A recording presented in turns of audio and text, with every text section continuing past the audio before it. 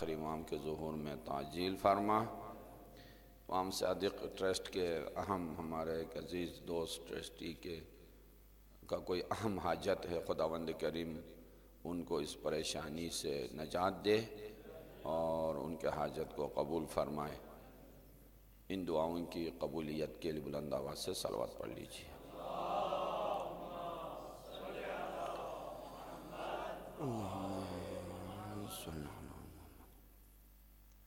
سورہ آل عمران کی آیت نمبر 31 کی تلاوت کا شرف حاصل ہوا۔ آیت پر ہر خطیب بولنے کی زحمت فرماتا ہے، اور آپ بھی، آپ کے ذہن میں بھی یہ آیت غیر مانوس نہیں ہے۔ آیت مانوس ہے، یعنی سب کے ذہن میں ہے۔ قُلْ إِن كُنتُمْ تُحِبُّونَ اللَّهَ فَاتَّبِعُونِي، اے رسول کہہ دیجئے کہ اگر آپ لوگ اللہ سے محبت رکھتے ہیں تو اس کے لیے دلیل چاہیے، کوئی محل اظہار چاہیے، مقام ظہور چاہیے، برہان چاہیے، اثبات چاہیے۔ اگر دل میں ہے تو یہ مقام ثبوت میں ہے۔ مقام ثبوت میں ہونا کافی نہیں ہے، دین مقام اثبات میں بھی ہونا چاہیے۔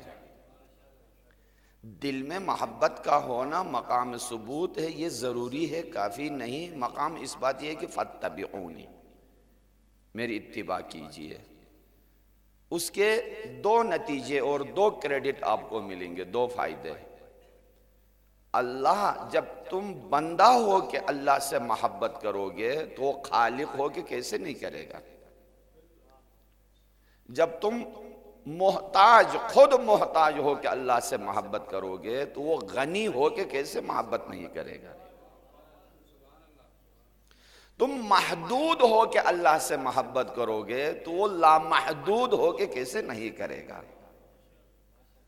تم ذرے ذرے کے لیے محتاج ہو کے اللہ سے محبت کر سکتے ہو تو وہ کائنات کے ذرے ذرے کا مالک ہو کے تم سے محبت کیسے نہیں کرے گا؟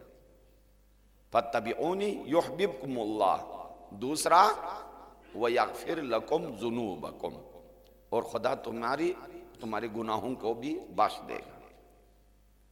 میں اس آیت پر پہلی دفعہ گفتگو کر رہا ہوں، اگرچہ اس لیے میں کہہ رہا ہوں کہ آپ پہلے سن چکے ہوتے ہیں، میں اپنی تحقیق آج پہلی دفعہ اس آیت کے حوالے سے پیش کر رہا ہوں، لیکن اگرچہ اس میں کئی اشروں کا موضوع اور سمندر موجود ہے، فقط اشارہ کر رہا ہوں۔ اگر کبھی موقع ملا تو اس گفتگو کو کھول کے فلسفی، عرفانی، تفسیری، تاریخی اور روایی تمام حوالات سے اس پر گفتگو ہوگی۔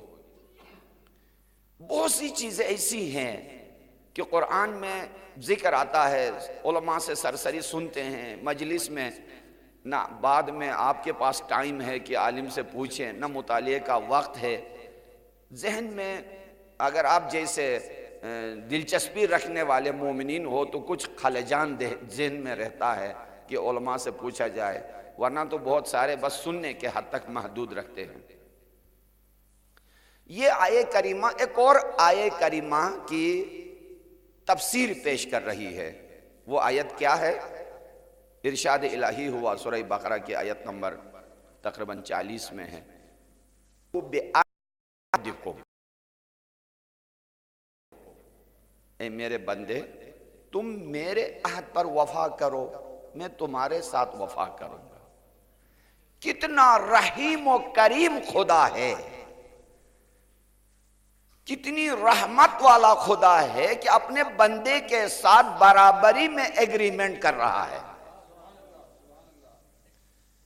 تم میرے عہد و پیمان پر تم وفا کرو اور تیرے عہد و پیمان پر میں وفا کروں گا۔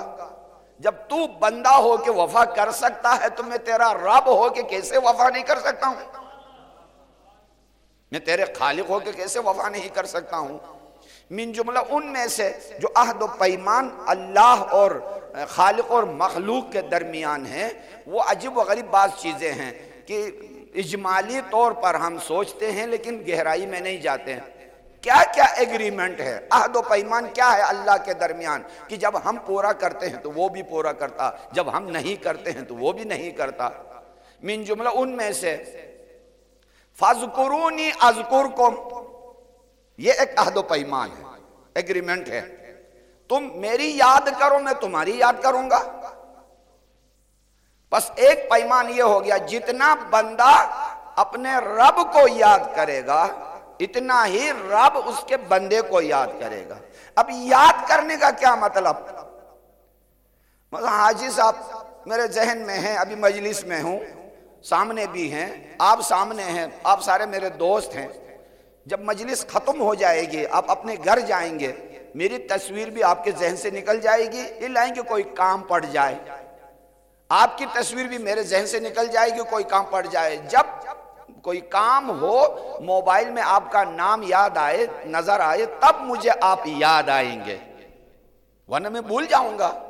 کیا خداوند کریم بھی اسی طرح یاد کرتا ہے کہ کبھی ذہن سے نکل جائے کبھی آ جائے؟ یہ معنی اللہ کے لیے نہیں کر سکتے ہیں. پس فرمایا تم میری یاد کرو, مجھے یاد کرو, میں تمہیں یاد کروں گا. ہم اگر اللہ کو یاد کریں تو زیادہ سے زیادہ کیا کر سکتے ہیں؟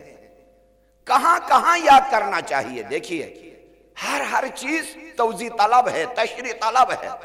کہاں یاد کرنا چاہیے, کس مقدار تک یاد کرنا چاہیے, کس کس مورد میں یاد کرنا چاہیے, کسے یاد خدا کہا جاتا ہے, اس کی ذمہ داری کیا ہوتی ہے, اس کی برکتیں کیا ہوتی ہیں, یاد نہ کرنے والے کیا نقصان, کن کن نقصانات سے دوچار ہوتے ہیں. بس پہلی ایگریمنٹ اللہ کے ساتھ یہ فَاذْكُرُونِي أَذْكُرْكُمْ. دوسرا یہ کہ تم طلب استغفار کرو میں تمہیں بخش دوں گا. استغفار بندے کی ذمہ داری, مغفرت اللہ کی ذمہ داری. یہ دوسری ایگریمنٹ ہے. تیسری فَادْعُونِي أَسْتَجِبْ لَكُمْ, مانگو تم قبول میں کروں گا. یہ بھی اس عہد و پیمان کا حصہ ہے. ادعونی, مجھ سے تم طلب کرو, تم اپنے عہد پر تم عمل کرو. استجب لکم, اپنے عہد پر میں عمل کروں گا. واشکروا لی, اشکرکم, تم میری نعمتوں کا شکر ادا کرو, میں تمہارا شکریہ ادا کروں گا. رب العزت عبد خاکی کا شکریہ ادا کر رہا ہے. کیسا شکر ہے یہ, کیسے ہمیں سمجھ میں آئے کہ بندہ جب رب کا شکر ادا کرتا ہے تو کس انداز میں, اور خالق جب اپنے بندے کا شکر ادا کرتا ہے تو کس انداز میں, سمجھ میں نہیں آ رہا ہے. اسی طرح یہ چوتھی ایگریمنٹ خالق اور مخلوق کے درمیان. اور پانچویں ایگریمنٹ قل ان کنتم تحبون اللہ فاتبعونی یحببکم اللہ, یحببکم ویغفر لکم. اللہ سے محبت تم کرو, اللہ تم سے محبت کرے گا. اب ہم جب ایک دوسرے سے محبت کرتے ہیں تو کیا کرتے ہیں, ایک دل میں ایک خوشحالی ہوتی ہے, محبوب سے بات کرنے کو جی چاہتا ہے. آپ محبوب آپ کے سامنے ہے, وہ کہے کھانا کھائیں, جی نہیں چاہے گا. بس محبوب چہرہ, گفتگو, زیارت, اظہار عقیدت کے دن میں اظہار تمنا بھول گیا. اس حد تک محبوب کے اس محبت میں آپ غرق ہو جاتے ہیں. اگر مبغوض آدمی اگر سامنے آ جائے, چہرے پہ شکن بھی پڑے گا اور نتنے بھی بھول جائیں گے, چہرہ بھی سرخ ہوگا. یہ بندے کی محبت اور غضب ہے. یہی الفاظ رب کے لیے بھی استعمال ہوئے ہیں. کسی پر غضبناک ہوتا ہے تو کس معنی میں, کسی سے محبت کرتا ہے تو کس معنی میں, کسی سے پیار کرتا ہے تو کس معنی میں. ایک وسیع سمندر ہے.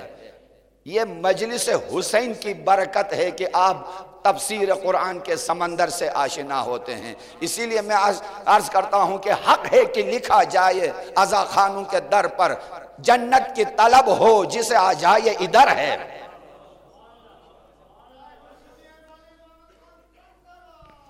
اللہم صلی اللہ محمد.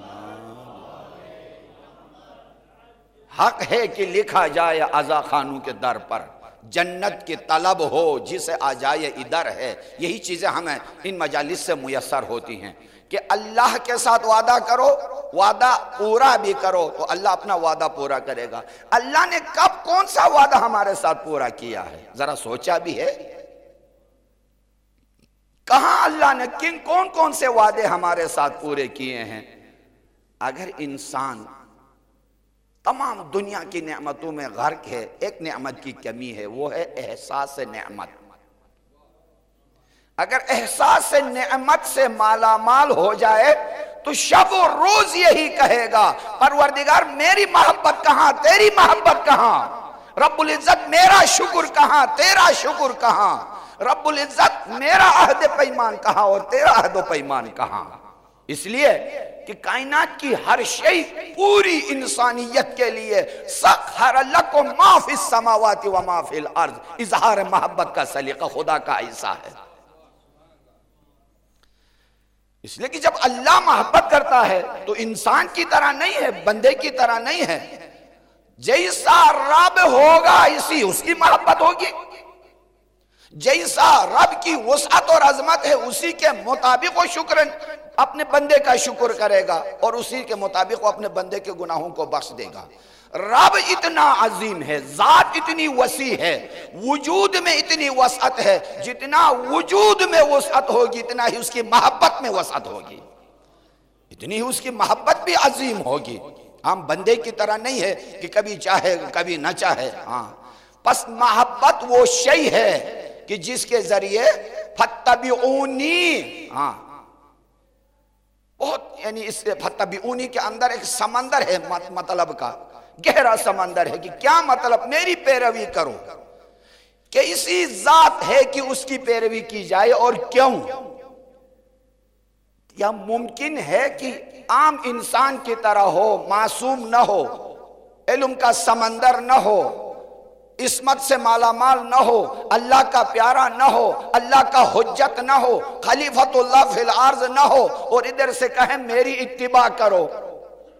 کوئی نہیں کرتا، بلکہ اسے ماڈل قرار دیا. پہلے فرمایا لقد کان لکم فی رسول اللہ اسوۃ حسنہ، اس کے بعد فرمایا فتبعونی. ماڈل پوری انسانیت کے لیے بنایا، اس کے بعد حکم آیا اتباع کا. وما ارسلناک الا رحمۃ للعالمین کی آواز آئی، اس کے بعد فرمایا اتباع کرو. اس کی ذات کو اتنا اجاگر کیا، انا ارسلناک شاہدا ومبشرا ونذیرا ولسوف یعطیک ربک فترضی، اس تمغے سے نوازا پہلے اسے. انا ارسلناک شاہدا ومبشرا ونذیرا، جتنے بھی آیات الہی سرور کائنات کے بارے میں ہیں ان سب کو پہلے ثابت کر کے دلیل بنا کے اس کے عظمت کو نمایاں کر کے فرمایا فتبعونی. میں کوئی معمولی انسان نہیں ہوں. اس آیت سے اور اس کلمے سے عصمت کا سمندر نکلتا ہے، یہ ذخیرہ ہے. روش قرآن میں ایسا ہے کہ نام عصمت کا نہ بھی آئے لیکن اشارات و کنایات میں معصومین کی عصمت کی طرف اس انداز سے اضافہ اشارہ ہوتا ہے. خود فخر الدین رازی کا اعتراف ہے، کونوا مع الصادقین، بتا رہا ہے کہ قیامت تک حجت خدا کا اس دنیا میں موجود ہونا ضروری ہے. یا ایھا الذین آمنوا اتقوا اللہ وکونوا مع الصادقین، سچوں کے ساتھ ہو جاؤ. کہ کوئی سچا دنیا میں ہو تب اعلان خدا کی طرف سے ہو رہا ہے کہ اس کے ساتھ ہونا چاہیے. اسی طرح سرور کائنات نے فرمایا کہ میری بیٹی فاطمہ من اغضبہا اغضبنی، اور جو اسے راضی کرے اس نے مجھے راضی کیا. نہیں بتایا کہ معصوم ہے لیکن معصوم ہونے کا جو نتیجہ ہے وہ بتا دیا. علی کے بارے میں نہیں فرمایا کہ علی معصوم ہے لیکن معصوم کی جو عظیم خصوصیت ہے وہ بتا دیا. الحق مال علی والعلی مال حق، حق علی کے ساتھ ہے، علی حق کے ساتھ ہے. بابا معصوم ہوئے بغیر کیسے معیار حق قرار پا سکتا ہے؟ یہ ہے کلام عرب میں اشارات اور کنایات. جس طرح حقانیت کا معیار قرار دے کر عصمت علی کا اعلان ہو رہا ہے، جس طرح رضا الہی اور غضب الہی کا اعلان کر کے عصمت زہرا کا اعلان ہو رہا ہے، اسی طرح مطلق اتباع کا حکم دے کے عصمت حضرت محمد مصطفیٰ کا اعلان کیا جا رہا ہے۔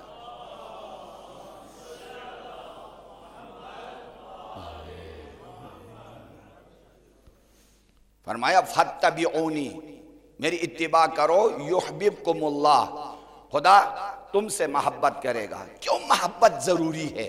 یہ محبت حد وسط ہے، کس اور کس کے لیے؟ اطاعت اور معرفت کے لیے۔ محبت انسان اسی سے کرتا ہے جس کی معرفت ہو۔ معرفت ہو تو نتیجے میں محبت جس کی ہوگی اس کے نتیجے میں اطاعت کے نتیجے میں جنت۔ یہ مراحل ہے اور ان مراحل سے انسان کو گزرنا ہے۔ عام انسان ایک دوسرے سے، کوئی بھی انسان پیار نہیں کرتا۔ کیوں؟ بھائی بھائی کا دشمن ہے، ہمسایہ ہمسایہ کا دشمن ہے، یہ گلی والا اس گلی والے کا دشمن ہے، باپ بیٹے کا دشمن ہے، ایک دوسرے کے گردنیں اڑا دیتے ہیں۔ کیوں؟ انسان ہونے کے ناطے کسی انسان کی کسی سے محبت نہیں ہوتی ہے۔ محبت کمال سے ہوا کرتی ہے۔ جس انسان کے اندر کمال ہوگا، انسان اس کمال کی وجہ سے اس با کمال سے پیار کرتا ہے۔ بے حجاب خاتون بھی حجاب دار خاتون سے کا احترام کرتی ہے۔ کیوں؟ اس لیے کہ حجاب شریعت میں اور معاشرے میں ایک کمال سمجھا جاتا ہے۔ بزدل آدمی بھی بہادر کا احترام کرتا ہے، اس لیے کہ شجاعت اور بہادری ایک کمال سمجھا جاتا ہے۔ ظالم انسان بھی عادل کا احترام کرتا ہے، اس لیے کہ عدل کو کمال سمجھا جاتا ہے۔ بخیل انسان بھی سخی کا احترام کرتا ہے، اس لیے کہ سخاوت کمال انسان ہے۔ پس انسان کمال سے محبت کرتا ہے۔ یہی وجہ ہے کہ پوری دنیا آل محمد سے محبت کرتی ہے کہ کائنات کی ہر اچھائی کا مرکز خداوند کریم نے بنایا ہے۔ اذا ذکر الخیر کنتم اولہ وآخرہ وفرعہ ومعدنہ وماواہ۔ اے آل محمد، کائنات میں جہاں بھی اچھائی کا تذکرہ ہو، اس اچھائی کی ابتدا بھی تم ہو، انتہا بھی تم ہو، جڑ بھی تم ہو، ثمر بھی تم ہو۔ صلوات بلند آواز سے پڑھ لیجیے۔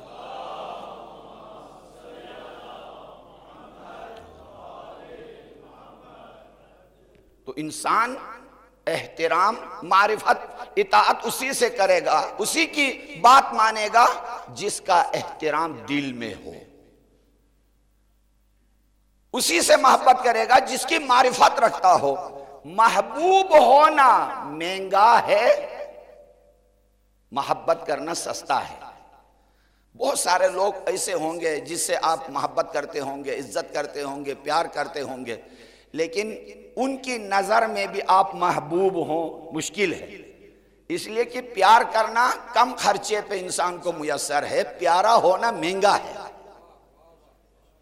ہم جو دعویٰ کرتے ہیں کہ ہم آل محبت سے، آل محمد سے محبت کرتے ہیں، یہ سستا ہے۔ ادھر سے آواز آئے کہ یہ منا اہل بیت سے ہے، یہ مہنگا ہے۔ اہل بیت سے ہونا مہنگا ہے، اہل بیت سے محبت کرنا سستا ہے، اس لیے کہ ان کے لیے بھی محبوب ہونا کمال چاہیے۔ اللہ کہے کہ یہ میرا بندہ ہے، کمال چاہیے۔ علی کہے یہ میرا غلام ہے، کمال چاہیے۔ کمال کے بغیر انسان اس حد تک نہیں پہنچ سکتا ہے۔ حضرت ابراہیم نے فرمایا فَمَن تَبِعَنِي فَإِنَّهُ مِنِّي، جتنا کوئی میری اتباع کرے گا اتنا ہی وہ مجھ سے ہوگا۔ فَمَن تَبِعَنِي، معیار دیکھیے، منیت کے لیے معیار اتباع ہے۔ جتنا میرے نقش قدم پہ چلے گا انہو منی، اتباع میں کیا ہے؟ میرا کلمہ پڑھے انہو منی، میرے نقش قدم پہ چلے انہو منی، میرے پیغام کو سینے سے لگا دے انہو منی، میرے راستے پہ چلے انہو منی۔ تو جب ابراہیم جس کے بارے میں کہے انہو منی، تو منیت پر فائز ہونے والا یقیناً اسی جنت میں جائے گا جس جنت میں ابراہیم جائیں گے۔ آئیے دیکھیے، اگر اتباع سے منیت کے منزل پہ فائز ہوتا ہے تو سید الشہداء نے کس انداز میں اپنے نانا کی اتباع کی ہوگی کہ حسین منی وانا من حسین کے منزل پہ فائز ہو گئے۔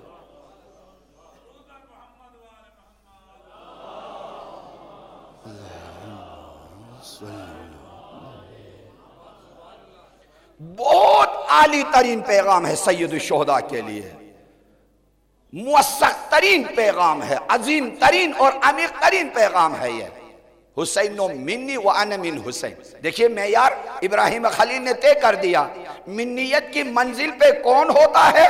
جو معصوم نبی کی پیروی کرے، جو ان کے نقش قدم پہ چلے، وہی منیت کے منزل پہ ہوتا ہے۔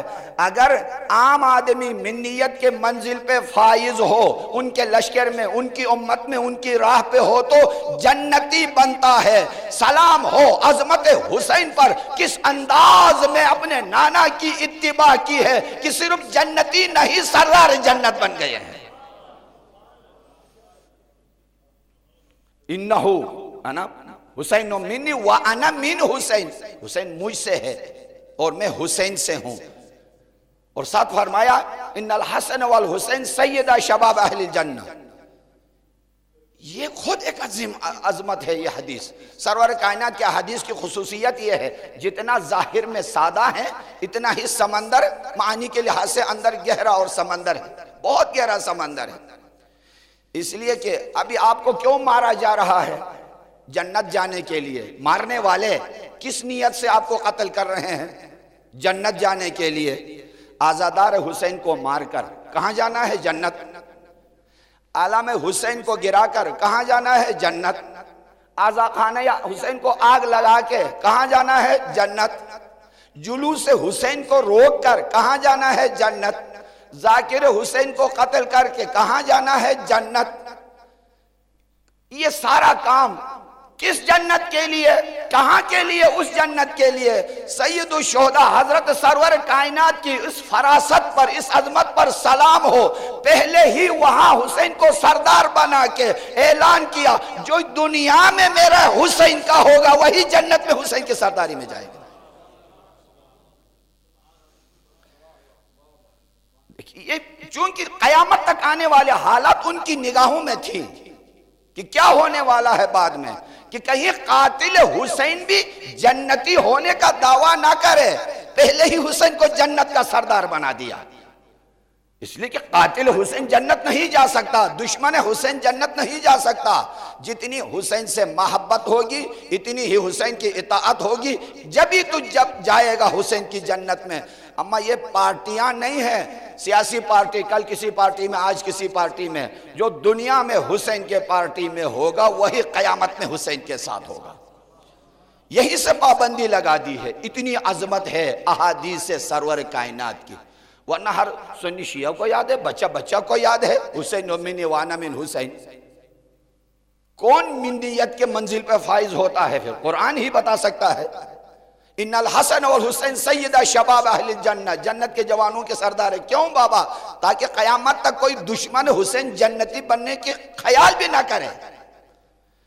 جو سرداری یہاں حسین کی سرداری قبول کرے گا وہاں جنت میں جا سکتا ہے اسی سرداری میں۔ اس کے علاوہ کسی خیالی جنت میں تو جا سکتا ہے لیکن اس جنت میں نہیں جا سکتا ہے جس کا حسین سردار ہو۔ صلوات بلند آواز سے پڑھ لیجئے۔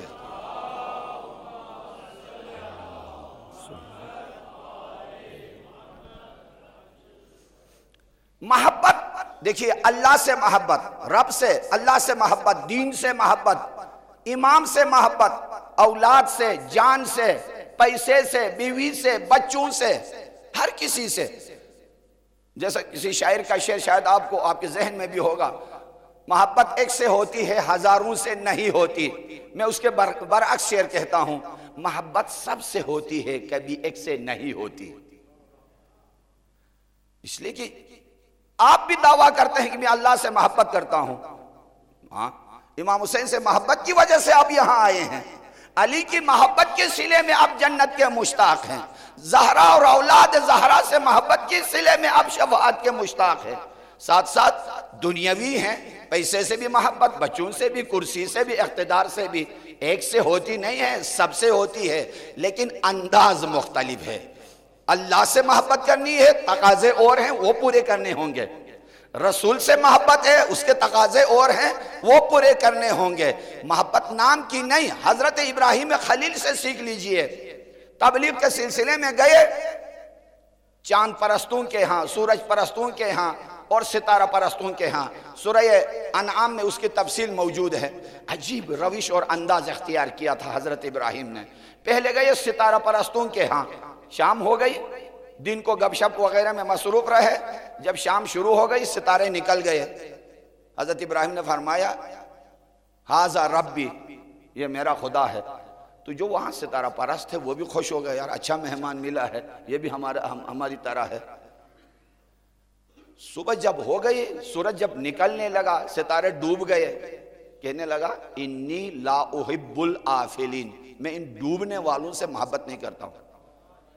محبت کی بات آ گئی ہے، انی لا احب الآفلین، ان ڈوبنے والوں سے میری محبت نہیں ہوتی ہے۔ دن گزر گیا، شام ہو گئی، چاند نکلا، کہا یہ تو اس سے بھی بڑا ہے، ھذا اکبر ھذا ربی، شاید اکبر سورج کے لیے کہا، چاند میرا خدا ہے۔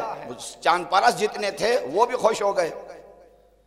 جب چاند ڈوبنے لگا، کہنے لگا انی لا احب الآفلین، ان ڈوبنے والوں سے میری محبت نہیں ہوتی ہے۔ دن چڑھا، سورج نکلا، کہا ھذا اکبر، اور یہ سب سے بڑا خدا ہے، ھذا ربی، یہ میرا خدا ہے۔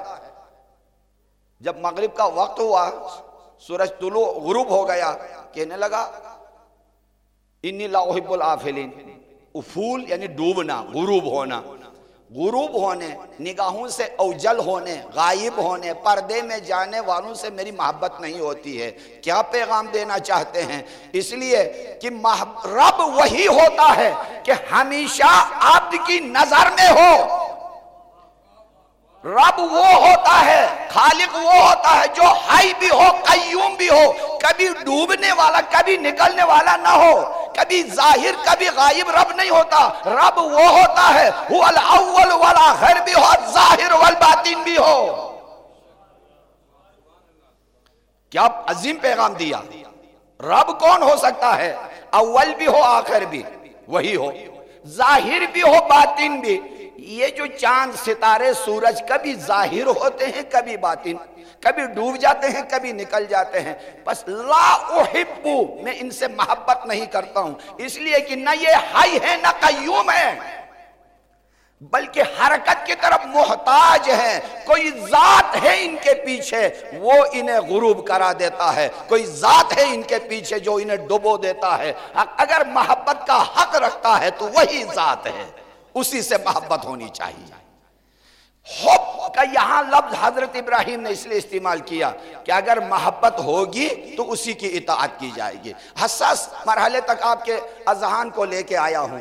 حضرت ابراہیم خلیل نے فرمایا یہ ڈوبنے والے مجھے اچھے نہیں لگتے، مجھے اچھا وہ لگتا ہے جو ہمیشہ حاضر ہو، حبیب اور محبوب کے درمیان پردہ نہ ہو، حجاب نہ ہو، تب محبت ہوتی ہے۔ یہ مجمل فرمایا حضرت ابراہیم نے۔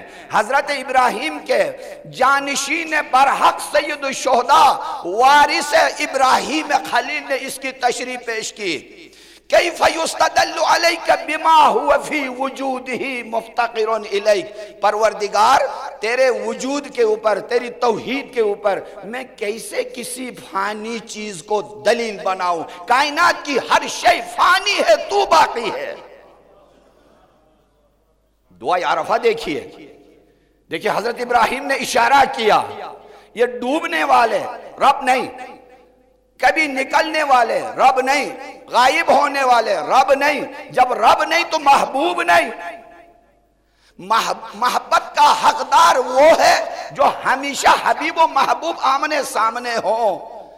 کیسے آمنے سامنے ہوں گے؟ مجمل بیان ہوا، دعائے عرفہ کھول کے دیکھیے، وارث ابراہیم خلیل بتائے گا کہ ہاں محبوب کیسا ہوتا ہے، کیسے ظاہر ہے، کس طرح ظاہر ہے، کہاں ہے؟ فرمایا اَيَكُونُ لِغَيْرِكَ مِنَ الظُّهُورِ مَا لَيْسَ لَكَ، پروردگار کائنات میں کوئی ایسی شے ہے جو تجھ سے زیادہ ظاہر ہو؟ ہم اگر نگاہ کر اوپر دیکھیں امام بارگاہ کے اندر، اوپر چھت نظر آئے گی، نیچے زمین نظر آئے گی، ادھر دیوار ادھر انسان، جہاں بھی نظر ڈالو گے غیر اللہ نظر آئے گا، اللہ نظر نہیں آئے گا۔ سید الشہداء زہرا کا لال کن نگاہوں سے دیکھ رہے تھے کہ جہاں نظر کرے اللہ نظر آئے، غیر اللہ نظر نہ آئے۔ کیف یستدل، کیسے دلیل پیش کی جائے اس فانی چیز کے ذریعے، بما ہوا، وہ شیء جو اپنی ذات میں تیری طرف محتاج ہے، وجود کے لیے بھی، بقا کے لیے بھی۔ یہاں بہت کچھ کہنا چاہتے ہیں سید الشہداء علیہ السلام، اس لیے کہ ہماری توحید کیسی ہے؟ ہماری توحید عقلی توحید ہے۔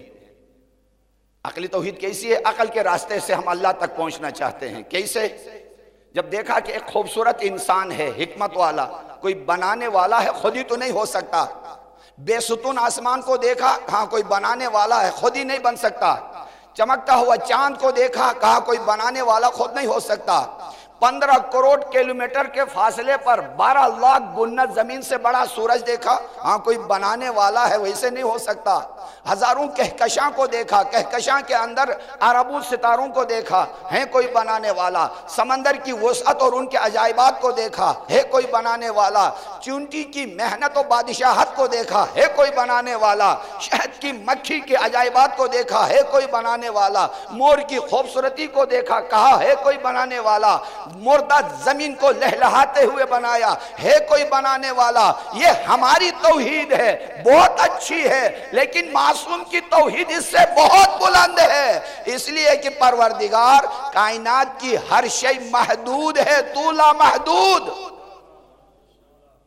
میں محدود کو لامحدود کے لیے کیسے دلیل بناؤں؟ پروردگار کائنات کی ہر شے فانی ہے، تو باقی، میں فانی کو باقی کے لیے کیسے دلیل بناؤں؟ پروردگار کائنات کی ہر شے محتاج ہے، تو غنی، میں محتاج کو غنی کے لیے کیسے دلیل بناؤں؟ یہ ہے آل محمد کی توحید، یہ ہے پیغام توحید، یہ ہے پیغام کربلا، یہ ہے فکر حسین۔ ہم چونکہ ذکر حسین پہ گزارا کرنے والے ہیں نا، یہ ہے فکر حسین۔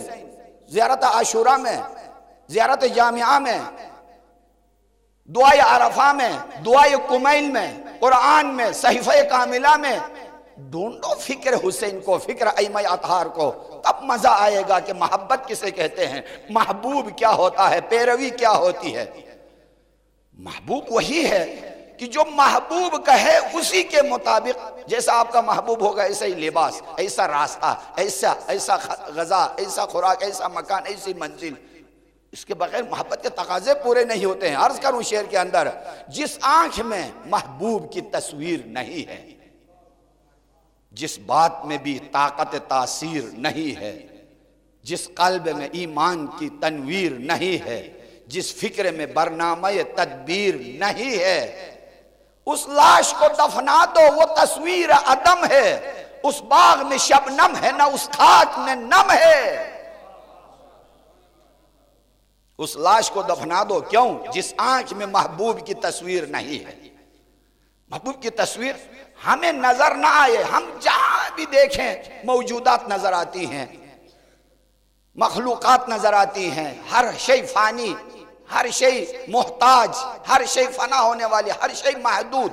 ہم ان محدود کو بنا کر، دلیل بنا کر توحید رب العالمین کی طرف جاتے ہیں، محدود چیزوں کو۔ آل محمد کی توحید یہ نہیں ہے۔ علی کی توحید کیسی ہے؟ الحمدللہ الذی دل علی ذاتہ بذاتہ، یہ علی کی توحید ہے۔ وہ ذات جو اپنی ذات پر گواہی کے لیے خود اس کی ذات کافی ہے، یہ علی کی توحید ہے۔ یہ دادا علی کی توحید ہے۔ آئیے پوتا علی سے پوچھتے ہیں ان کی توحید کیسی ہے، وہ بھی اس کی طرح بلند ہے۔ الہی بکا عرفتک لولا انت ما ادری ما انت، پروردگار میں نے تجھے تیرے ذریعے پہچانا ہے، عام انسانوں کی طرح نہیں۔ میں نے مخلوق سے خالق کی طرف سفر نہیں کیا، میں نے اثر سے مؤثر کی طرف سفر نہیں کیا، میں نے معلول سے علت کی طرف سفر نہیں کیا، میں نے مسبب سے سبب کی طرف سفر نہیں کیا۔ یہ کمزور توحید والوں کا راستہ ہے۔ میں ڈائریکٹ جاتا ہوں اس لیے کہ تو نے عقل کی رسائی اتنی دی ہے اور یہ کہہ سکوں پروردگار تو ہے تو تو ہے، تو ہے تو تو ہے۔ اگر تو نہ ہوتا تو مجھے کون بتا دیتا کہ تو کون ہے؟ عرض ہوا محبت کا تقاضا کیا ہے؟ خداوند کریم نے فرمایا شکر، تم میرا شکر ادا کرو میں تمہارا شکر ادا کروں گا، تم میرا ذکر کرو میں تمہارا ذکر کروں گا، تم مجھ سے دعا مانگو میں تمہارے لیے دعا قبول کروں گا۔ اوفو بعہدی اوف بعہدکم، تم میرے عہد و وفا پر پیکار رہو، عمل پیرا رہو، میں تمہارے عہد و وفا پر، عہد و پیمان پر وفا کروں گا۔ شکر کی بات آئی کہ تم میرا شکر ادا کرو میں تمہارا شکر ادا کروں گا۔ گفتگو کو سمیٹتے ہوئے عرض کروں، آپ کے پورا سب کے ذہن میں ہے الحمدللہ مجالس کی برکت سے، آل محمد اور نزول آیہ دہر کیا ہوا؟ امام حسن اور امام حسین علیہ السلام بیمار ہو گئے، ان کی صحت یابی کے لیے پنجتن پاک نے نظر مانی اللہ سے، خدا نے انہیں شفا دی اور اس کے بعد روزہ رکھا 3 دن افطار کے وقت۔ ایک دن مسکین آیا، ایک دن یتیم آیا، ایک دن اسیر آیا، سب کو جو کچھ افطار کے لیے تیار ہوتا تھا راہ الہی میں دے دیا۔ دیتے وقت کیا کہہ رہے تھے؟ دیتے وقت مسکین کو خود پانی سے افطار کر کے افطاری اٹھا کے ایک دن مسکین کے سامنے، ایک دن یتیم کے سامنے، ایک دن اسیر کے سامنے رکھ کر کیا فرما کے یہ دے رہے تھے طعام؟ انما نطعمکم لوجہ اللہ لا نرید منکم جزاء ولا شکورا، ہم صرف اور صرف اللہ کی رضا میں دے رہے ہیں۔ یہ صرف اور صرف اللہ کی رضا میں دینا جب تک اللہ شدت سے محبوب نہ ہو ممکن ہے یہ کام کرے کوئی؟ دسترخوان آپ کے سامنے ہو، ہر قسم کے طعام لگے ہوں، مہمان آپ کا محبوب مہمان دروازے تک آئے، یہ ممکن نہیں ہے کہ آپ اس کو واپس کر دیں۔ آپ کا جی یہ چاہے گا کہ وہ مہمان آ کے شریک ہو جائے اور اسے شریک کریں گے، تب آپ کو مزہ آئے گا، لذت کا احساس کریں گے۔ انما نطعمکم لوجہ اللہ، کیوں؟ اس لیے کہ انسان وہ جو اپنے آپ کو چاہتا ہے اس کو جب تک شکریہ نہ کہو اس کے پیٹ میں درد ہوتا ہے پریشانی سے۔ آپ نے کسی کا کام انجام دیا، کسی کی سفارش کر دی، کسی کو ٹیوشن پڑھا دی، کسی بیمار کو آپ نے علاج کرا دیا، جب تک وہ شکریہ نہ کہے آپ پریشان ہو جائیں گے، یار اس کو میری خدمت پسند نہیں آ گئی، یا میری خدمت اس کی نظر میں معمولی تھی، یا میں اس کی نظر میں معمولی تھا، اس نے شکریہ بھی نہیں کہا۔ یہ شکریہ کا انتظار اس لیے ہو رہا ہے کہ میں اپنے آپ کو چاہتا ہوں، جب شکریہ کہے تب میں خوشحال ہوتا ہوں، اس نے میرا شکریہ ادا کیا ہے۔ کیوں؟ خود پسندی اندر موجود ہے۔ لیکن جب اولیاء الہی اس شکریہ کے قید و بند سے باہر نکل کر آزاد انسان کی طرح سوچتے ہیں تو یہ شکریہ انسان سے نہیں چاہتے ہیں۔ امام خمینی کی مثال لیجئے، انقلاب برپا کرنے کے بعد جب آگئے پہلی مرتبہ دوبارہ قم، وہ پورا شہر قم اٹھ کھڑا ہو گیا استقبال کے لیے، روح مانی خمینی، جان مانی خمینی نعرے لگ گئے، پورا قم شہر کا گونج اٹھا۔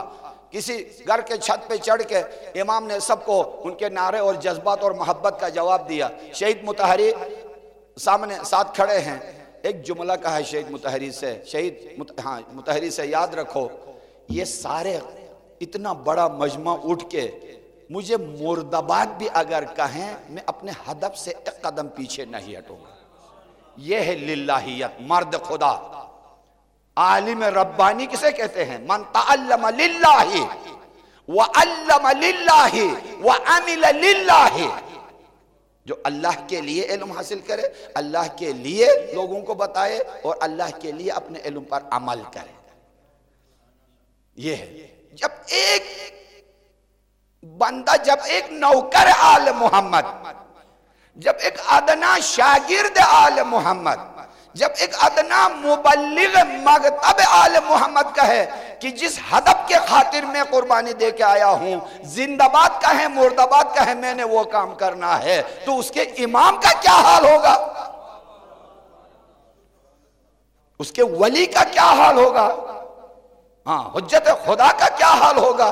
انما نطعمکم، ہم تمہیں دیتے ہیں طعام لوجہ اللہ، صرف اور صرف اللہ کے لیے، اس لیے کہ ہمیشہ محبت کا تقاضا یہ ہوتا ہے کہ محبوب خوشحال ہو جائے، محبوب کے علاوہ اور کسی کی خوشحالی کی طرف توجہ نہیں جاتی ہے۔ لا نرید منکم جزاء ولا شکورا، لا اردنا نہیں ہے، ماضی کی صورت میں نہیں ہے، صیغہ کنٹینیو ہے، پاسٹ کا صیغہ نہیں ہے، لفظ نہیں ہے کہ ہم نے تم سے نہیں چاہا، بلکہ نوریدو ہے، بعد میں بھی کبھی تم سے نہیں چاہیں گے شکریہ، نہ بدلہ کبھی تم سے چاہیں گے، کیوں؟ ہم نے خدا کے لیے دیا ہے، کیا کام کیا؟ نہ شکریہ چاہتے ہیں نہ بدلہ چاہتے ہیں۔ قصہ آیت کا انہی دو چند آیتوں میں قصہ ختم ہو گیا، اب اللہ کی باری ہے۔ بندے نے اپنا شکر ادا کیا، اگر میری تمہید میں آپ حاضر تھے ابھی آپ کو لطف آئے گا کہ اللہ کہے میرا شکر ادا کرو میں تمہارا شکر ادا کروں گا، تم میرے عہد و پیمان پر عمل کرو میں تمہارے عہد و پیمان پر عمل کروں گا، تم مجھے یاد کرو میں تمہیں یاد کروں گا۔ چند آیتوں میں عہد و پیمان آل محمد بیان ہو گیا، چند آیتوں میں ذکر خدا آل محمد کی زبان سے بیان ہو گیا، اب اللہ کی باری آ گئی۔ جب اللہ کی باری آ گئی شکر ادا کرنے کا، 20 نعمتیں جنت کی گنی ایک ایک کر کے۔ اس جنت میں تمہارے لیے یہ مقام ہے، اس جنت میں تمہارے لیے یہ فرش ہے، اس جنت میں تمہارے لیے یہ سلسبیل ہے، اس جنت میں تمہارے لیے یہ انتظام ہے، اس جنت میں تمہارے لیے یہ محل ہے، اس جنت میں تمہارے لیے یہ عظمت ہے، اس جنت میں تمہارے لیے یہ 20 نعمتوں کو ذکر کر کے آخر میں خداوند کریم نے فرمایا ذالک، یہ سب کے سب وہ شکر کا بدلہ ہے جو بندے سے تو نہیں چاہتا تھا میں دے رہا ہوں۔ یہ لو، یہ ہے محبت خدا، یہ ہے یاد خدا، یہ ہے ایگریمنٹ اللہ اور بندے کے درمیان۔ وَسَعْيُكُمْ مَشْكُورًا، اے میرے بندے تو نے میرے بندے سے شکریہ نہیں چاہا، انتظار نہیں کیا۔ وَسَعْيُكُمْ مَشْكُورًا، میں تیرا رب ہوں، میں شکریہ ادا کر رہا ہوں۔ کیسا گھرانہ ہے، کیسی خدمت ہے، کیسی محبت ہے، کیسی فکر ہے، کیسی بلندی ہے۔ وَسَعْيُكُمْ مَشْكُورًا، اے میرا بندہ تو نے نہیں چاہا بندے سے شکریہ، میں تیرا شکریہ ادا کرتا ہوں۔ ذالک الجزاء، 20 سے زیادہ نعمتوں کو گن کے کہا، جو میرے بندوں سے یتیم اور اسیر و مسکین سے تم لوگوں نے کہا کہ لا نرید منکم جزاء، لو مجھ سے جزا، جنت کی سرداری بھی تمہاری، شفاعت کا اختیار بھی تمہارا، جنت بھی تمہارے نام پر، سبیل بھی، سلسبیل بھی، رب بھی، سب کچھ تمہارا۔ ذالک جزاء، یہ میری طرف سے لیجئے۔ صلوات بلند آواز سے پڑھ لیجئے۔ اللہم صلی علی محمد۔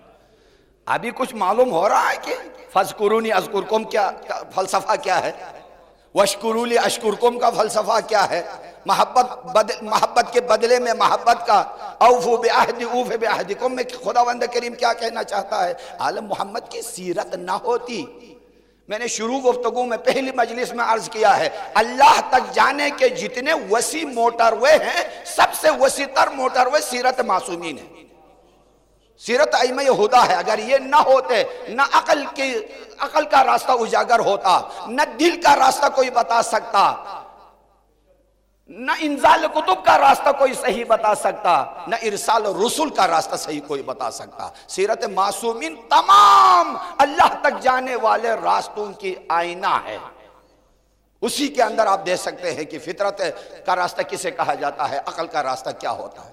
کمال ہے۔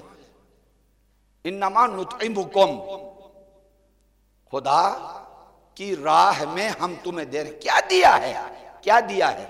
روٹی دی ہے نا، روٹی اور ہے، روزی اور ہے۔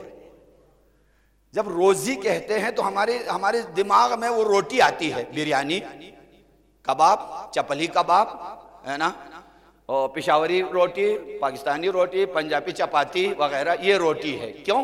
ہم بنے ہی اسی کے لیے، ہماری سوچ ہی اسی میں ہے، ہماری زندگی اسی میں ہے. آل محمد نے روٹی دی، اللہ نے جنت کی روزی دی.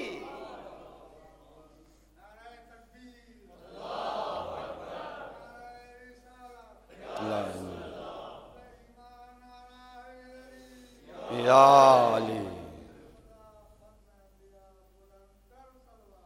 اللہم صلی محمد محمد. آپ کیا دیتے ہیں انسان کو؟ روٹی دیتے ہیں، غریب کو، مہمان کو، مسکین کو، ہے نا. ہر کسی کے گھر میں مہمان آتا ہے، لیکن کوئی نہ کوئی غرض ضرور ہوتا ہے، کوئی مرض ضرور ہوتا ہے، ورنہ کوئی بھی گھر کے دروازے سے واپس نہیں جائے گا اگر غرض و مرض نہ ہو. ہر مہمان اللہ کے لیے اگر قبول کریں، کوئی بھی مہمان خالی ہاتھ دروازے سے واپس نہیں جائے گا کسی بھی انسان کے دروازے سے. ایک ہی دروازہ ہے کائنات کہ دشمن بھی خالی ہاتھ واپس نہیں گیا ہے. حسین ابن نمیر قاتل حضرت علی اکبر، قاتل امام حسین، 3 دن امام سجاد کے مہمان رہے. 3 دن. اور جیسا اکرام کرنا چاہیے مہمان کا، اس سے زیادہ کھانا، طعام، تحفہ، واپسی کا خرچہ سارا. وہ تعجب میں غرق ہو گیا کہ یہ مجھے نہیں پہچان کے اتنا میرا اکرام کر رہا ہے یا پہچاننے کے باوجود کر رہا ہے. بہت حیران، عجیب تعجب میں غرق ہے. قاتل ہے، قاتل آل رسول، قاتل خون علی، اولاد علی. انہی کے سامنے جس نے، امام سجاد کے سامنے جس نے ان کے بھائیوں کو ذبح کیا، ان کے بابا کو ذبح کیا، 3 دن امام کے مہمان ہیں. لوجہ اللہ کسے کہتے ہیں؟ اندازہ کیجئے. شکر خدا، ذکر خدا، محبت خدا کسے کہتے ہیں؟ 3 دن. آخر جاتے وقت پوچھا، فرزند رسول آپ نے مجھے پہچانا؟ امام فرمانے لگے جب تو میرے گھر میں داخل ہو گیا تو اسی وقت ہی میں نے تجھے پہچانا. اچھی طرح میں نے تجھے پہچانا کہ تو نے کیا کیا ہے، تو کون ہے اور ہمارے ساتھ تو نے کیا کیا. پوچھنے لگا اگر اتنا سارا مجھے تفصیل سے آپ پہچانتے ہیں تو اتنی ساری خدمت. امام فرمانے لگے وہاں ہم تمہارے مہمان تھے، یہاں تو ہمارا مہمان ہے. یہ ہے عظمت، یہ ہے شرافت. واقعاً شرافت ہے. کوئی دنیا کا کوئی انسان یہ نہیں کر سکتا ہے. اپنے باپ کے قاتل اور اپنے بھائی کے قاتل کو 3 دن مہمان ٹھہرائے. خود قاتل بھی حیران، یہ مہمان نوازی ہے. خود دشمن بھی پریشان ہے. یہ عظمت اور شرافت نفس ہے. فرزند زہرا آپ نے مجھے نہیں پہچانا؟ کیوں نہیں پہچانا؟ شروع دن سے ہی تجھے پہچانا ہے. پھر یہ خدمت کہا وہاں ہم تیرے مہمان تھے، جو تجھ سے ہو سکتا تھا کربلا میں تو نے مہمانی کی، اور یہاں تو ہمارا مہمان ہے اور جتنا ہم سے ہو سکتا ہے ہم نے تیری میزبانی کی، مہمانی کی. یہ ہے ان کی عظمت کو سلام کرتے ہوئے. کیسے مہمان تھے؟ جیسا مہمان ہوگا ایسا اکرام کرنا چاہیے. نہ کربلا والوں نے صحیح مہمانوں کی خدمت کی اور نہ ہی کوفہ والوں نے صحیح طرح حضرت مسلم کی خدمت کی. اس لیے کہ جیسا ظرف ہوگا ایسی ہی اس کی خدمت ہو سکتی ہے. طوا کے دروازے پر یہ مظلوم آل محمد چند قدم ٹھہرے. چند لمحے ٹھہرنے کے بعد طوا نے کہا حالات خراب ہیں، مخدوش زمانہ ہے، خدا کے لیے آپ کون ہیں؟ اگر یہاں سے تشریف لے جائیں بہتری ہوگی. چند قدم آگے بڑھتے ہیں، لیکن جب پوچھا کہ آپ کون ہیں، کہاں سے آئے ہیں، اپنا حسب نسب بیان کرنے لگا. میں مدینے سے آیا ہوں. مدینے کا نام سننا تھا، چونک گئی. ارے مدینے سے آئے ہیں؟ مدینے میں آپ کا رشتہ قبیلہ کون ہے؟ کہنے لگا محمد مصطفیٰ کو جانتی ہو؟ کہنے لگی کہ وہ یا رسول اللہ وہ تو میرا رسول ہے. علی مرتضیٰ کو پہچانتی ہو؟ کہا میرا امام ہے. زہرائے مرضیہ ایک ایک کر کے سب کا نام لیا. دوبارہ تڑپ کے اس مہمان کو اپنے گھر کے اندر آواز دی. اندر آ گیا، عبادت میں گزارا. میں حضرت مسلم کے مصائب نہیں بلکہ ان کے شہزادوں کے مصائب عرض کرنا چاہتا ہوں. حضرت مسلم کو گھیر کے دشمن اپنے پاس لے گیا. دارالعمارہ کے دروازے پہ گئے، سلام نہیں کیا. مالی حسین سول، مالی امیر سول حسین کہہ کے حضرت مسلم شہید ہو گئے، لیکن شریح قاضی کو 2 اپنے شہزادے تحویل میں دے کے گئے تھے۔ وقت گزرتا گیا، ایک دن انہوں نے اپنا حسب و نسب بیان کیا۔ اس کے بعد خود شریح نے روتے ہوئے کہا کہ آپ کا بابا آپ سے جدا ہو گئے ہیں، شہید ہو گئے ہیں، خدا آپ کو صبر دے۔ رونے لگے، جب بہت ہی رونے لگے تو کہنے لگا دشمن آپ کے تعاقب میں بھی ہے۔ دوبارہ بچے تھے، سہم گئے۔ تھوڑی دیر بعد انہیں آزاد کر دیا، رات کی تاریکی میں گئے، مدینے کا راستہ دکھایا بیٹے کے توسط سے۔ دوبارہ اجل نے ان یتیم بچوں کو دوبارہ شہر کی طرف لے کے آیا، دوبارہ پکڑ کے انہیں زندان میں بند کر دیا گیا۔ مشکور زندان بان کا نام تھا۔ ایک دن بہت تنگ آ گئے یہ بچے اس زندان کی تاریکی سے، کہنے لگے مشکور سے تو محمد مصطفیٰ کو جانتا ہے؟ کہنے لگا وہ میرا رسول ہے، میں اس کا کلمہ پڑھتا ہوں۔ علی مرتضیٰ کو جانتے ہو؟ کہا میرا مولا ہے۔ حسین شہید کربلا حسین کو جانتے ہو؟ میرا مولا ہے۔ زہرا مرضیہ کا نام لیا۔ ارے تم کون ہو میری جگر کو آگ لگا رہے ہو؟ اہل بیت اطہار کا نام لے کر کہنے لگے کہ جس شہر میں جس مسلم کو شہید کیا گیا ہے ہم اس کے شہزادے ہیں، ہم یتیم ہو گئے ہیں۔ اتنے میں ان کے پاؤں پہ گر پڑا، انہیں بھی آزاد کر دیا۔ آزادی کے بعد دوبارہ گئے مدینے کی طرف، تاریخ رات میں راستہ ڈھونڈتے ڈھونڈتے اجل نے دوبارہ انہیں کوفے کی طرف پلٹا کے لے کے آیا۔ صبح ہو گئی، کہاں جاتے؟ پریشانی ہے، ہر در و دیوار سے دشمن کی بو آتی ہے۔ پریشانی کی صورت میں درخت پر چڑھ گئے، صبح ہو گئی۔ حارث کا گھر نزدیک تھا، کنیز نکلی پانی بھرنے کے لیے، دیکھا پانی میں 2 چاند جیسے تصویریں نظر آتی ہیں۔ اشارہ کر کے معصومین کو نیچے بلایا، 2 معصوموں کو نیچے جب آ گئے درخت سے، پوچھنے لگی کہ آپ کہاں سے آئے ہیں؟ اتنے خوبصورت، اتنے مظلوم، اتنے سہمے ہوئے، کون ہے؟ کہاں سے آئے ہیں؟ کہاں جانا ہے؟ میرنیس نے یہاں بہت انداز میں، جگر سوز انداز میں مرثیہ پڑھا ہے، میں چند اشعار مرثیے آپ کے حوالہ کر دیتا ہوں۔ جب اس کنیز نے پوچھا کہ تم کون ہو، دائیں بائیں پہلے دیکھنے لگے، کہنے لگے کہ رکھتے ہیں قرابت جو رسول عربی سے، مسلم کے پسر ہیں تو کہیو نہ کسی سے، خدا کے واسطے کسی کو خبر نہ دینا۔ اندر لے گئی گھر کے اندر، اتنی پسند آ گئی حضرت مسلم کے شہزادوں کو، حارث کی بیوی نے بہت پسند کیا۔ کنیز کے ہاتھ کو چومنے لگی کہ تو نے قیمتی تحفہ میرے لیے لایا ہے۔ کمرے میں الگ رکھ دیا۔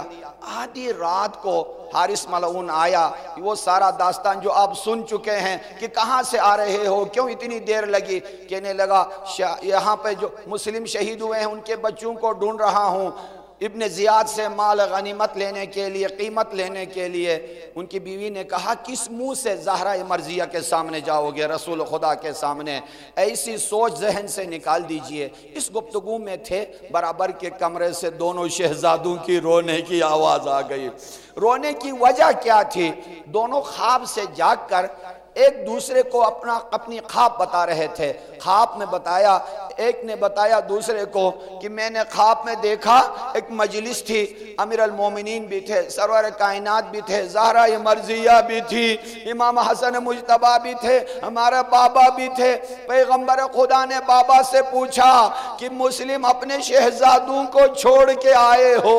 بابا نے کہا یا رسول اللہ، آج میرے شہزادے میرے پاس آنے والے ہیں، میرے مہمان ہیں۔ دوسرے شہزادے نے بھی کہا خدا کی قسم یہی خواب میں نے بھی دیکھا ہے۔ دونوں گلے لگا کے رونے لگے۔ قاتل کے کانوں میں آواز معصومی کی آ گئی، جا کے انہیں بال پکڑ کے کھڑا کیا، دونوں کو رسی سے ستون کے ساتھ باندھ دیا۔ صبح ہو گئی، جب انہیں لے جانے لگا فرات کی طرف قتل کرنے کے لیے، میرنیس نے کہا، حارث کی بیوی آ گئی، ہاتھ جوڑ کے کہنے لگی 2 پھول تو رہنے دو محمد کے چمن میں، کیوں فاطمہ زہرا کو رلاتا ہے کفن میں؟ دونوں کے ہاتھ چومنے لگی، سر چومنے لگی، پاؤں پہ پڑ گئی۔ آخر قاتل لے کے گیا فرات کے کنارے، غلام بھی فرار کر گیا کہ میں تمہاری بات نہیں مانتا، بیٹا بھی اپنے باپ سے جدا ہو گیا کہ میں معصومین بچوں پر ہاتھ نہیں اٹھا سکتا۔ فرات کے کنارے جب گیا تو حکم کہنے لگے اگر ہمیں قتل ہی کرنا ہے تو 2 رکعت نماز کی اجازت دیجئے۔ فرات کے کنارے وضو کر کے 2 رکعت نماز پڑھ کے دونوں معصوم ننھے منھے ہاتھ اٹھا رہے ہیں آسمان کی طرف، یا احکم الحاکمین یا ارحم الراحمین احکم بیننا و بین ھذا الظالم، پروردگار ہمارے اور اس ظالم کے درمیان تو فیصلہ کرنے والا ہے۔ اس کے بعد کہنے لگے خدا کے واسطے ہمیں بازار میں لے جا کے غلام سمجھ کے فروخت کر دینا، بہت سارا مال ملے گا۔ نہیں مانا، ماننے کے لیے تیار نہیں ہوا۔ آخر دونوں شہزادوں نے قیامت مچا دی۔ ایک شہزادہ چھوٹا آگے بڑھا، کہنے لگا جب ہم جدا ہو رہے تھے میرے بابا نے میرے بھائی کو شہید نہ کرنا، اس لیے کہ یہ میرے سرپرست میرے بابا کی جگہ ہے، مجھے پہلے قتل کیجئے۔ لیکن بڑا آگے بڑھا، بڑا شہزادہ کہنے لگا جب ہم اپنے اماں سے جدا ہو رہے تھے میری ماں نے میرے بھائی کو میرے حوالہ کیا ہے، میرے سامنے میرے بھائی کو شہید نہ کرنا، پہلے مجھے شہید کرنا۔ لیکن ایک شہزادے کو شہید کیا، سر اطہر ہاتھ میں ہے۔ انیس نے کہا دیکھا جو بڑے بھائی کا سر دست عدو میں، وہ گر کے تڑپنے لگا بھائی کے لہو میں۔ سر اطہر کو ہاتھ میں رکھا، تن اطہر وارد دریا ہوا، تن اطہر نے پانی میں انتظار کیا بھائی کا، دوسرا سر بھی جب جدا ہوا اس سر اطہر کو بھی سمندر کے حوالہ کیا۔ لیکن عجیب منظر انیس نے پیش کیا ہے، گہ ڈوبتے تھے گاہ ابھر آتے تھے، دونوں خورشید سے دریا میں نظر آتے تھے، دونوں ایک دوسرے کو گلے لگا کے کبھی ڈوبتے تھے بھنور میں، کبھی دریا میں ظاہر ہوتے تھے۔ عرض کروں آخری جملہ، خدا آپ کے بچوں کو سلامتی دے، آپ ابھی گھر جا کے بچوں کو سینے سے لگائیں گے، یہ آپ کی خوش نصیبی ہوگی۔ سلام ہو غربت آل مصطفیٰ پر، کسی کو خدا ایسی مصیبت نہ دکھائے۔ بچوں کے جنازے فرات میں، بابا کا تن اطہر دار الامارہ میں، اور والد گرامی کربلا میں۔ وَسَيَعْلَمُ الَّذِينَ ظَلَمُوا أَيَّ مُنْقَلَبٍ يَنْقَلِبُونَ إِنَّا لِلَّهِ وَإِنَّا إِلَيْهِ رَاجِعُونَ۔ اللهم إنا نرغب إليك في دولة كريمة تعز بها الإسلام وأهله وتذل بها النفاق وأهله۔ پروردگار ہماری اس عبادت کو قبول فرما۔ رب العزت حاضرین مجلس کے جملہ حوائج کو قبول فرما۔ پروردگار ان اشکوں کو، اس عزا کو، اس جذبات کو، ان مصیبتوں کو، ان اشکوں کو ہمارے لیے ذخیرہ آخرت قرار دے۔ ہمیں حیات محمد و آل محمد و ممات محمد و آل محمد نصیب فرما۔ رب العزت پوری دنیا میں جہاں کہیں بھی عزاداران سید الشہداء ہو، بالخصوص ایام چہلم قریب ہیں، امن اور آشتی کے ساتھ ایام عزا، جلوس، مجلس وغیرہ سب کو کامیاب و کامران فرما۔ دشمنان پاکستان، دشمنان اسلام، دشمنان تشیع اگر قابل اصلاح نہیں ہیں انہیں نیست و نابود فرما۔ ان اشکوں کے صدقے اور اس مجلس نورانی اور ان کی برکت کے صدقے ہمارے امام صادق ٹرسٹی کے ایک دوست کے کسی مسئلے میں پریشان ہے، خداوند کریم ان کو اس عظیم مسئلے سے نجات نصیب فرمائے، اس پریشانی سے انہیں نجات دے، خوشحالی انہیں نصیب ہو۔ رب العزت بیمارستانوں میں، ہاسپٹلز میں ہر قسم کے بیمار ہیں، محتاج دعا ہیں۔ جب آپ بیمار کے پاس جاتے ہیں تو کس درد کے ساتھ وہ التماس سے دعا کرتے ہیں۔ پروردگار گھر میں ہو یا ہاسپٹل میں، جہاں کہیں بھی ہو، بحق بیمار کربلا ہر بیمار کو شفاء کامل و عاجل نصیب فرما۔ بانیان مجلس اور حاضرین مجلس کے رزق و عمر و ایمان میں اضافہ فرما۔ شہداء اسلام کے لیے، آپ کے مرحومین و بانیان مجلس کے ارواح کے لیے الفاتحہ۔ بسم اللہ الرحمن الرحیم۔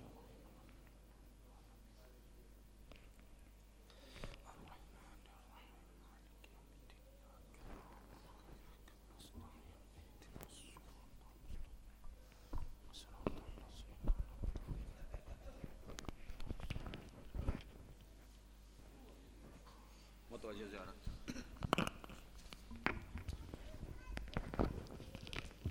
السلام عليك يا نبي الله، السلام عليك يا رسول الله، السلام عليك يا حبيب الله، السلام عليك يا رحمة للعالمين، السلام عليك يا سيد المرسلين، السلام عليك يا شفيع المذنبين، السلام عليك ورحمة الله. السلام عليك يا أبا عبد الله، السلام عليك يا ابن رسول الله، السلام عليك يا ابن أمير المؤمنين وابن سيد الوصيين، السلام عليك يا ابن فاطمة الزهراء سيدة نساء العالمين، السلام عليك يا ابن خديجة الكبرى أم المؤمنين جميعا ورحمة الله. السلام عليك يا غريب الغرباء، السلام عليك يا معين الضعفاء والفقراء، السلام عليك يا مغيث الشيعة والزوار في يوم الجزاء، السلام عليك يا أنس النفوس، السلام عليك أيها المدفون بأرض توس، السلام عليك يا أبا الحسن علي بن موسى الرضا الراضي بالقدر والقضاء ورحمة الله. السلام عليك يا صاحب العصر والزمان، السلام عليك يا خليفة الرحمن، السلام عليك يا شريك القرآن، السلام عليك يا إمام الإنس والجان، السلام عليك يا قاطع الكفر والطغيان، السلام عليك يا دافع الظلم والعدوان، عجل الله تعالى فرجك وسهل الله تعالى مخرجك وظهورك وجعلنا من أعوانك وأنصارك. السلام عليك ورحمة الله وبركاته.